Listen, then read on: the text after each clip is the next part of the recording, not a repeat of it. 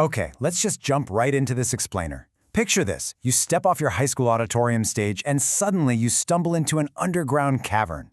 And down there, shadowed figures are literally plotting the downfall of human consciousness. No big deal, right? Well, that's exactly where we find our protagonist, Evelyn, in the sci-fi text Crysticism 6 or 7.2. Today, we're zeroing in on chapters 4 through 6 to decode the villain's playbook. We're unpacking the Dark Council's actual blueprint for human suppression. And honestly, it is a fascinating look at how this fictional playbook weirdly mirrors the noise of our own daily lives. This text like a highly classified manifesto. So, to break it down impartially, we're going to look at 5 key areas: the Council's master plan, the 7 solution pills, the war on truth, their 5 chemical weapons, and finally, Evelyn's return to the surface. Starting with Section 1, the Council's master plan, which is basically to distract and drain. So, Evelyn is hiding behind a stone pillar, right? And she's listening to the leader of the Dark Council and his associate, Sir Pend, yeah, Snake Eyes, and she uncovers their overarching strategy. See, directly attacking innocent souls would incur way too much karmic debt for them. They need a loophole.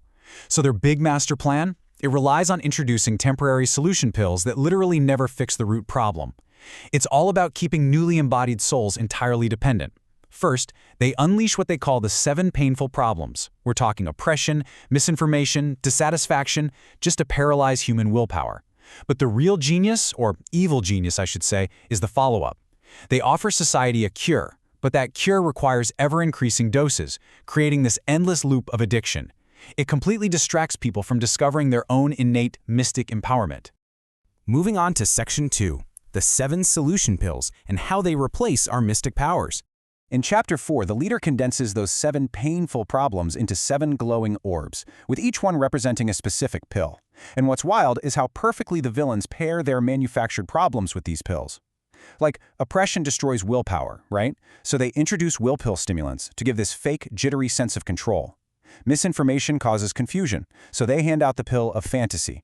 Think highly curated feeds and simple, comforting narratives, which totally blocks actual wisdom. And when people inevitably feel negative emotions, the Council pushes negative empowerment. They literally fuel rage and envy to completely overwrite the mystic power of caring. And that brings us to the rest of their societal pills. It's crazy how they weaponize everyday concepts. Now, strictly within the context of this lore, the villains use terms like socialism not as an economic theory, but as a system of cultural excuses designed to normalize addictions and disable mystic abilities. They use endless entertainment to just drag out mental fogginess and cloud our creative imagination. They use pride to validate selfishness and block our mystic senses. And finally, to cure dissatisfaction, they push conforming compromise, which basically kills the human drive for any real transformative change. They're just swapping out our mystic potential for an endless hamster wheel of empty substitutes.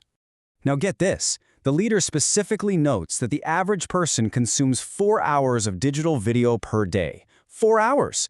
That's the exact metric they actively use to overtake logic and common sense. It's the threshold where the Council believes distractive fantasy and entertainment successfully numb the soul. It kind of forces you to ask, how close are we to their ideal target? All right, Section 3, the war on truth, or rather, drowning reality. During this underground meeting, Sir Pent actually asks, hey, won't enlightened people eventually figure this out and wake everyone up? And the leader's response perfectly captures their countertactic. They encourage millions of personal truths to just drown out any objective reality that might wake up dense souls.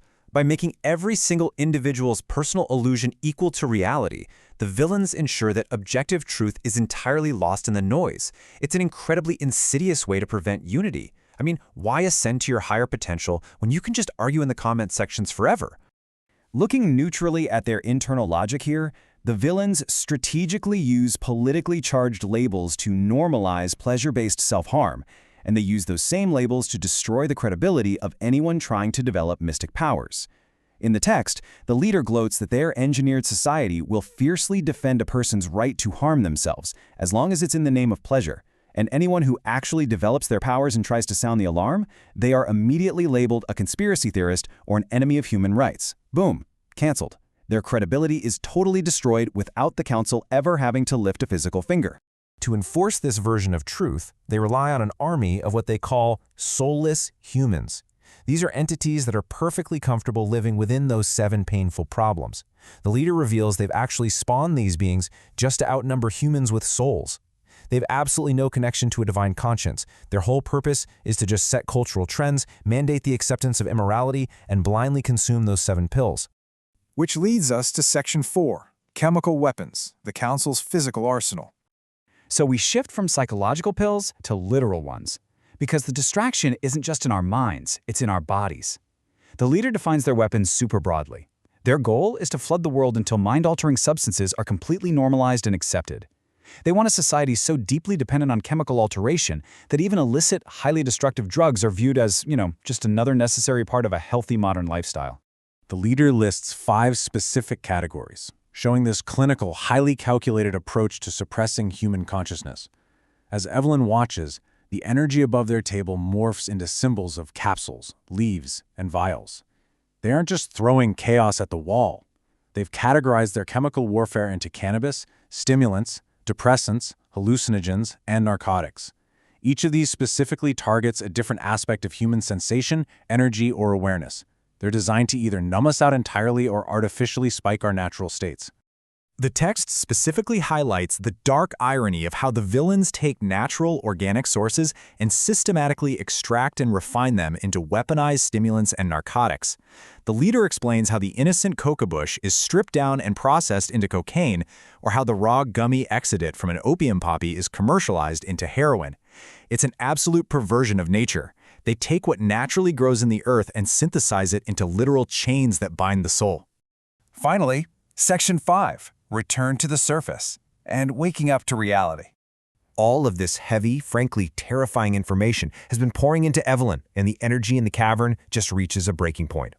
As the meeting adjourns, that massive wheel of energy collapses into a serene void, and bam! Evelyn is violently snapped back to the empty, quiet auditorium.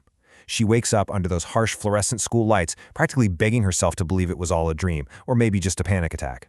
But then, she finds a mysterious black notebook resting right on her backpack, a notebook detailing the exact meeting she just witnessed, with the exact lists of the 7 pains, pills, and powers.